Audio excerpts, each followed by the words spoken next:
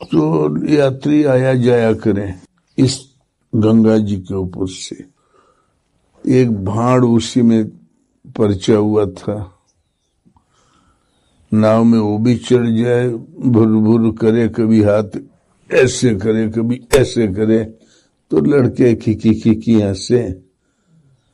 पार होते होते 8-10 आना पा जाए।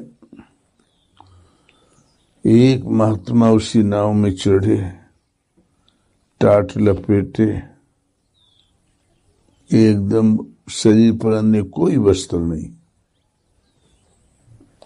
तो भड़वा को क्या सूझा, जूता उठाया और उनके ऊपर से घुमा दिया। लड़के खूब ताली बजा के हंसे। भड़वा सोचे इनाम मिलेगा, और घुमाया तो एक जूता ऊपर थपथपा दिया महात्मा जी को। महात्मा जी के चेहरे पर कोई शिकन नहीं थी। नाव पार हुई, यात्री अपने रास्ते। महाराज उतरते ही गंगा किनारा पकड़ के किनारे किनारे चलने लगे, जो उनका नियम था रोज का। एक सेठ वो महात्माओं की ही तलाश में गया हुआ था तीर्थ करने, पीछे लग गया कहीं संत ने हो। ये इतनी शांति पगलों में नहीं होती। वो भाड़ जूता मारा, इसने हाथ ऊपर नहीं किया, आंख तिरछी नहीं किया, कहीं संत ने हो। 1 किलो 2 किलोमीटर पीछा किया तो फिर पहचान पाया, कहीं हमारे महाराजा घर द्वार छोड़ के आज से 5 साल पहले निकल गए थे, वही तो नहीं है। पांव का घाव देखा, घाव तो वही है, चाल भी वैसी है। तब चरणों में गिरा, बोले महाराजा धीराज थे आप, ऐसी कौन सी शांति पा गए।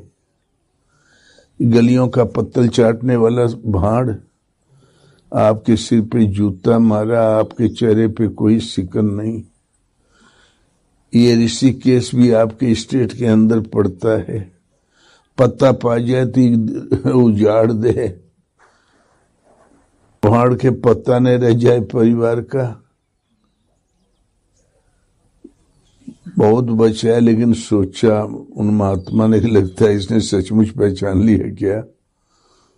तो बोले देखो सेठ, हमको तो किसी ने कुछ कहा ही नहीं, हमको किसी ने नहीं मारा। जो इंद्रियां जैसा करती है वैसा भोगती है। ये राजा बना था सिर, और संत महात्माओं को कभी प्रणाम नहीं किया इस सिर ने। पीछे से जो ठेलुआ रहते रहे ना, तारीफ करने वाले मंत्री सलाहकार, बोले हजूर फलाने आ रहे हैं तो औरों अकड़ जाए, संत आ रहे हैं, महापुरुष आ रहे हैं तो और भी अकड़ गए, राजा साहब कहा तो और टाइट हो गया। इस सिर ने बड़ा पाप किया है।